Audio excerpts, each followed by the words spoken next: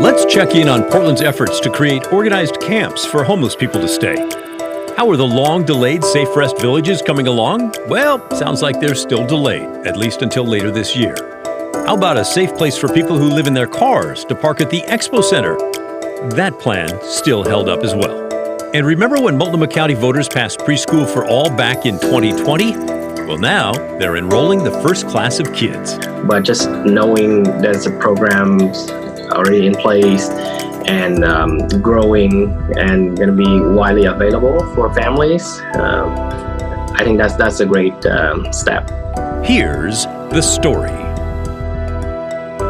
I'm Pat Doris. Welcome to The Story. All the ways to communicate with us right there at the bottom of the screen. We really do want to hear from you. You can email us. The address is thestory@kgw.com, or use the hashtag TheStoryKGW on Twitter, or leave us a voicemail, 503-226-5090.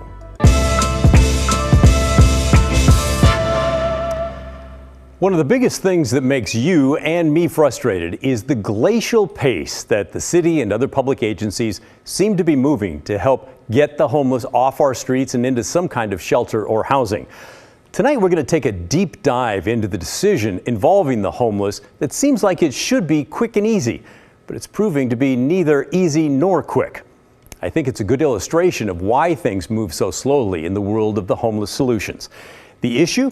What to do with people living in RVs or cars parked along the side of the road or in neighborhoods, especially in North Portland. Many of you have told me it's not good for those people living outside, and it's certainly not good for the neighbors, which is why it caught my ear when I was tossing ideas around with Portland Mayor Ted Wheeler a couple of weeks ago, and I asked why the city can't create one or more camps for the homeless at the publicly owned Expo Center in North Portland. Here's what he said. The Expo Center has a lot of potential. And Commissioner Ryan is taking the lead in negotiating on behalf of the city with President Peterson at the Metro Council. And those conversations died off about 6 months ago. But it's my understanding that Dan and Lynn are now in communications, and I'm hopeful that they'll reach an amicable agreement. We'll be able to do that. It's really the perfect facility for it. The Expo Center is the largest multi-purpose facility in Oregon. It boasts 53 acres of land and 5 exhibit halls. It's hosted everything from quilt shows and gun shows to outdoorsman shows, and this summer it's going to be the site for Cirque du Soleil. It's also right off Interstate 5. The Expo Center is owned by the public, so it seems like a no-brainer to put some sort of a camp there. As the mayor said, it's the perfect place. And the city of Portland is proposing to use one or more back parking lots at the Expo Center. It's there on the left for people living in the RVs or their cars, a place to have a safe place to park and live with 24-hour supervision. It would be those lots in the left of the screen there that are yellow and blue in the graphic. Those are used mostly for staging equipment right now.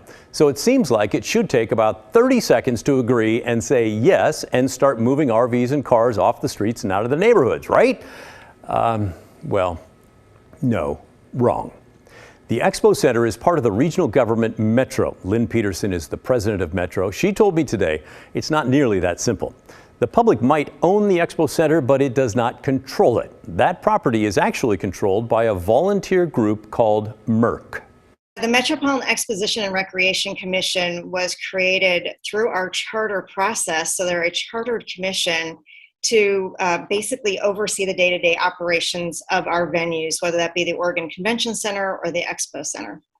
Okay, but it seems like as the Metro chair, you are the all-powerful. Can't you just tell them this is something we need to do and we're going to do it? No, they actually have a separation of powers between the two. So they sign their own contracts and they manage the asset. So that's why we wanted to make sure that we were working with them, asking them directly, because this affects the ability of Expo to do business, and there is a lot of business going on there. Make no mistake, Lynn Peterson, the Metro president there, is all for using one or all of those lots for homeless RVs and people living in their cars. And by the way, this is not exactly inventing the wheel. The city has pictures that they presented of the type of place they want to create. This one's from Mountain Park, California. And here's another one from Vancouver, Washington, created right across the street from a school. But Peterson said the MERC Commission, which again controls what happens on that Expo property, is concerned. and it really showed that the MERC was interested, but did want to say that they had some worries about how to proceed if that good neighbor agreement wasn't tailored to the actual venue itself. So maybe some concerns that if they said, yes, you can use the back lots, that all of a sudden there starts to be chaos and they have no way to get out of it or control it. That's correct. They did want to see if there would be an endpoint. How many years would that be there? What were the security measures that would need to be in place? They wanted insurances around that, and visual impact. But for the most part, it was a lot of information on exactly what a safe park was.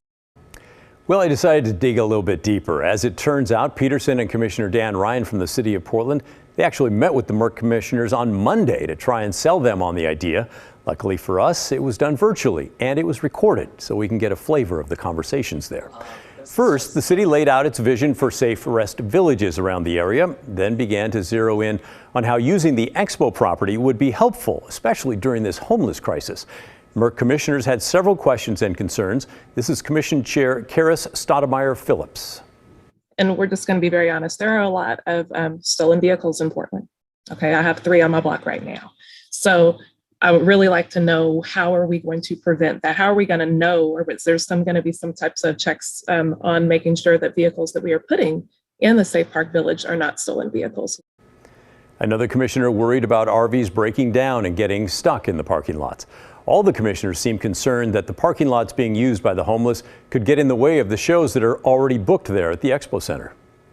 However, I have also noticed that there's often camping then that immediately fills up and around surrounding those areas.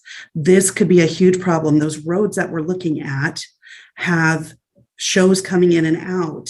If we have excess camping around that pops up overnight, we have a show coming in. One of the things that I would want to see before we would enter into any kind of big serious discussion would be that there would be a dedicated service that would come in and help clear those folks to a more amenable location. And it would have to be 24/7. We have shows that come in and load very early in the morning. Can we get those people out so that we can't have that liability or safety concern? So you can see, as we start to get a little deeper into this, there are still several objections, and some roadblocks also involve history here. Listen to this. It's an exchange between the MERC chair and City Commissioner Dan Ryan. This is not just work for me. You know, I volunteer as a MERC commissioner, but this is something that I hold very, very dear to me. I've been going to the Expo Center since I was a young child, when it was owned and operated by Multnomah County, when Multnomah County used to have the fair out there, the county fair. So this is a place I've been going all my life. So it's very important to me that we make sure that we are doing all that we can to keep the area economically prosperous, safe for all. And that is our not just the charge of the commission, but I take that again personally as something that I want to see happen too. So we do have concerns, and I feel that we'll definitely be able to have that conversation. Again, like I said, this is the beginning of the conversations. And we just want to make sure that we are doing our part and doing what we have been charged to do. Well, thank you, Chair Stoudemire-Phillips. And I think it was so important for us to hear all of what you just said. And we also know that the impact of our humanitarian crisis on our streets is one of our biggest challenges that we're facing, which is connected to selling Portland for conventions and for tourists to come. And so I think it's so important that we realize right at this moment, I'm more clear than ever on how we might be coming at this from different angles, but we're on the same team to try to bring back that economic vitality to our region. And so there's some chicken and egg dialogue that we're doing right now. And I just wanted to, and we're innovating, it's messy, and here we are. So I'm just glad that we're it's uphill battle. Another commissioner said it might be easier to live with if the plan were for vehicles to leave in the morning and then come back at night. So now maybe you get a sense of why these things move so slowly. I don't think there is a timeline now for making a decision on the Expo parking lots. And also, you might have heard the city is still trying to build 6 other safe rest villages. They are also delayed. The city says half should be built by the end of this summer, the rest by the end of this year. My opinion on all this? MERC needs to get going. MERC needs to move fast to make this happen. They have the power to okay the parking areas, and they should do it. Yes, it is easy for me to say that because I'm not on the commission and I don't feel any responsibility of protecting the Expo Center so that it makes money. That's true. But this is a crisis. It's unfolding every day on our streets, and it blows my mind that so many organizations take it like it's just another interesting week in the Portland area. We need urgency. No, they don't need to decide today, and yes, they should get a good neighbor agreement so the place is still usable and there are rules. But after watching the video of their meeting, I saw way more of the attitude of not in my backyard than I saw how can we help? We know this is a crisis. And by the way, the Expo's backyard is not a neighborhood. We're not talking about the parking lots you see when you drive into the place. The lots we're talking about are behind an aging exposition center. If Merck really wanted to get creative, maybe they could stop all the shows and they could set up several centers for the unsheltered inside their building. Now that would be an innovative way to help out. In the meantime, making the back parking lots available should be something that is easy and fast.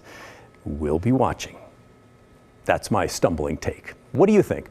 You don't have to agree with me, and many of you have told me when you don't. Here's another chance for you.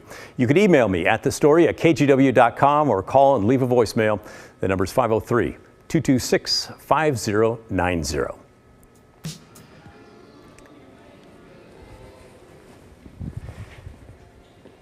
If you're a parent, by the way, who searched for preschool options, you know how much of a headache that can be. As you may remember, back in November of 2020, a ballot measure funding universal preschool passed in Multnomah County through an income tax on the county's highest earners. 64% of voters approved it. Now we're starting to see something tangible. Christine Pitawanich has information on Multnomah County's Preschool for All program and how parents looking for a preschool next year can get in on it. Enrollment for Multnomah County's Preschool for All program officially opened last week. There are more than 670 spots available, but already the county has received over 740 applications. One of the many parents hoping for a spot in Multnomah County's new universal preschool program is Tree Toe. I'm a parent of two kids, one 7-year-old boy and turning 3-year-old girl, looking for preschool. Toe is familiar with the stress associated with finding a good preschool option. He and his wife Ruby had to do it for their son. Middle income level families, it's just hard. He says preschool can be expensive and options can be hard to find for families that make too much to qualify as low income, but too little to comfortably pay for preschool. For now, Toe and other families will play the waiting game until July, when they'll find out if they have a spot in Multnomah County's Preschool for All program starting in the fall. It's the result of a ballot measure funding universal preschool that passed in 2020. Currently, for this first year, we have 48 sites available. That's Leslie Barnes, the preschool and early learning division director for Multnomah County. She's leading the team implementing the Preschool for All program. We had several opportunities in many languages as well. So we were making sure we're intentional about how do we roll this out. Barnes says parents will have choices when it comes to location or whether they need full-day preschool. She says the county has been working to create the infrastructure necessary to support the program, and that's taken time. We knew that we had to invest in infrastructure, including workforce and preschool programs who had really been closed due to COVID. During the pandemic, preschool and childcare options dwindled. Not good when Oregon was already considered what's called a childcare desert. So that means that there is only one slot for every 3 children. That's Alyssa Chatterjee, Oregon's Early Learning System Director. 25 of Oregon's 36 counties is a childcare desert. That was pre-COVID, so we know that the numbers are probably worse now. It's even higher for infants and toddlers. The entire state qualifies. So this was a crisis before the pandemic, and the pandemic just exacerbated it. That's why she's excited about the Preschool for All program in Multnomah County. But I think it's really a great chance for us to learn and see how we could do differently at the state, but also really lifts up the importance of local investment in early learning in community. Chatterjee says other counties have expressed interest in similar universal preschool initiatives and will be watching what happens in Multnomah County closely. Meantime, Multnomah County has a long road ahead.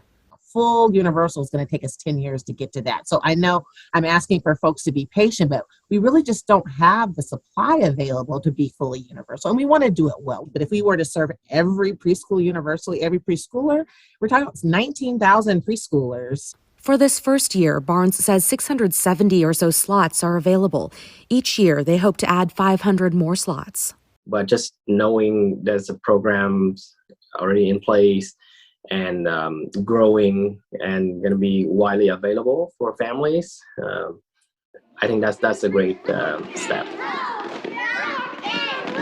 Leslie Barnes with the county says enrollment will stay open until the end of May. That's because this is not a first come, first served sort of situation. In fact, they want as many families as possible to have the opportunity to get their names in.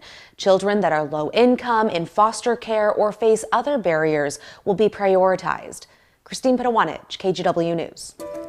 Still ahead, we're going to talk about a huge problem in the legal marijuana industry here in the Pacific Northwest.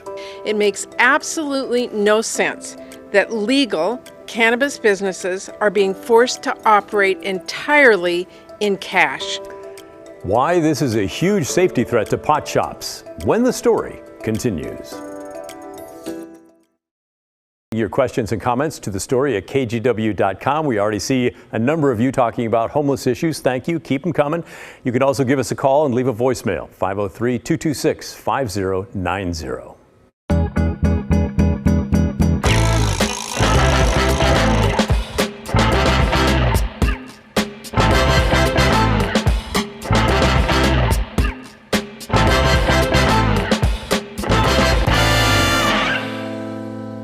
No, your TV didn't change on your channel on you. That's just a cool intro we made for this segment. It's called Vice News. Get it? As in your vices. We haven't had it on for a while. But today, if you've noticed the calendar, it's 4/20. How could we pass that up? Apparently, our federal lawmakers couldn't pass it up either. They had to commemorate this unofficial cannabis holiday. They continue to push for reforms in the cannabis industry. Marijuana has been legal for quite a while in both Oregon and Washington, but there's still major problems the industry is trying to sort out. The biggest? Banking. Because pot is still illegal under federal law, banks regulated by the federal government, which, by the way, is all the big ones, they won't do business with cannabis shops. That means most struggle to conduct credit or debit card transactions. It also means that it creates tons of cash for them, unless they find a locally based credit union, which some are able to do, but not all. It's a big deal for the pot shop owners because the bad guys know there's a bunch of cash in the business as well. It's gotten dangerous in the past few years. Pot shops are targeted for robberies, obviously because they have cash on hand. And they can turn violent, like the case of Michael Arthur, who was killed in 2020 during a robbery at a pot shop in North Portland. Workers at shops in Washington have been hurt and killed as well. Some workers say they're scared to come into work, and owners say they're having a hard time hiring because of it. Federal lawmakers are working on a bill that could help out, but it's having a hard time getting through Congress. It's called the Safe Banking Act. It would allow the big banks to work with licensed pot shops. Lawmakers in the House are all for it. Check this out. They've passed it not once, not twice, not 3 times, 6 times they've passed it. But the Senate still says no. Some senators are looking for a more comprehensive marijuana bill. One calls for full legalization and the release of people who are behind bars because of pot charges. Today, Washington Senator Patty Murray held a press conference saying, yes, she supports those ideas, but that bill likely does not have the votes. Murray says it's time to focus on safe banking. This is really dangerous for small business owners and workers who are just following the letter of the law. It makes absolutely no sense that legal cannabis businesses are being forced to operate entirely in cash. It is dangerous, and sometimes it's even fatal for the employees who are behind the register. Yeah, it is a huge problem. Back here in Portland, leaders are working on the same thing. The city's Cannabis Policy Oversight Team, or CPOT, get it? Says the last few years have been tough on the cannabis industry. They want the same sort of help that other industries got. Although 2021 was another record sales year for the Oregon cannabis industry, the cost of cascading impacts related to the ongoing pandemic, the sharp increase in burglaries and robberies, and the devastating wildfires throughout the ecosystem in Oregon made the cannabis industry vulnerable and volatile. During the triple uppercut punch of COVID, burglaries, and wildfires, the cannabis industry required the same support available to every other industry during the pandemic. However, cannabis-related businesses were excluded from receiving SBA loans, insurance, or COVID recovery grants, which is why CPOT advised Civic Life and Portland City Council that emergency support was desperately needed. CPOT says they're working on making the industry more sustainable and urges the city and the state to adopt reforms, including safe banking and expunging the criminal records of people convicted of nonviolent cannabis crimes. And that is your Vice News. The president is in Portland tomorrow, so we asked what you want to hear him talk about and what questions you would ask him. We'll read some of your responses when the story continues.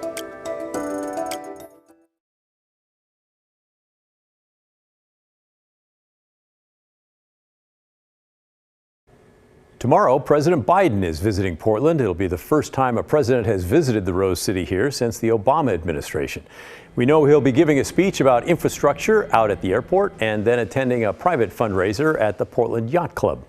Last night, we asked you what you wanted to hear Biden talk about or what you would ask him. Here's what Margaret said in a voicemail. I'm hoping to hear from President Biden what sorts of plans he has for dealing with the cost of housing at the federal level. Excellent question. A lot of you also sent in emails. Alan wrote, please ensure that President Biden sees a sample of Portland's homeless crisis. Please ask him about what solutions his teams are working on.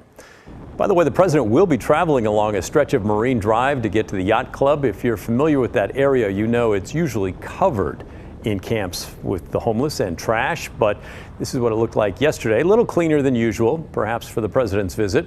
We'll also check to see how it looks tomorrow. The president will be talking about infrastructure, which the White House says will include the seismic upgrades to a runway at PDX. Pat sent an email hoping Biden talks about a different project. Of huge importance is the replacement of the I-5 bridge, he wrote. It is nothing less than an economic aorta for the Pacific coast. A 30-minute view of traffic both north and south will show a large presence of trucks both shipping and receiving needed commodities on a daily basis. It's far past its life expectancy, he goes on, in both capacity and ability to survive an earthquake. Nothing less than a red lights and siren attitude needs to be adopted, as it needs to be replaced now. Good email, Pat. Candy sent this in for the president. We are in a terrible downward spiral with climate. Why in the world are you, why in the world were you thinking when you opened drilling for oil in the U.S.? I know what you meant. We also got this email from Veronica, who identifies herself as an indigenous female from the Confederated Tribes of the Grand Ronde. My question for the President of the United States: when could Columbus Day be officially changed to Indigenous Peoples Day for all 50 states? I don't know that we'll actually get a chance to ask those questions, but we'll try. And sharing them gives us all a sense of what our community is thinking about. Thanks for sending your comments. Thanks to everyone who sent in questions. Keep them coming to the story at kgw.com. When we get back, we'll take a look at how you can help our community. This week's Hey Help campaign, we're asking you to donate to Native Action Network. It's a nonprofit based in Seattle that helps Native American women get involved in politics and run for office at the local, state, and national levels.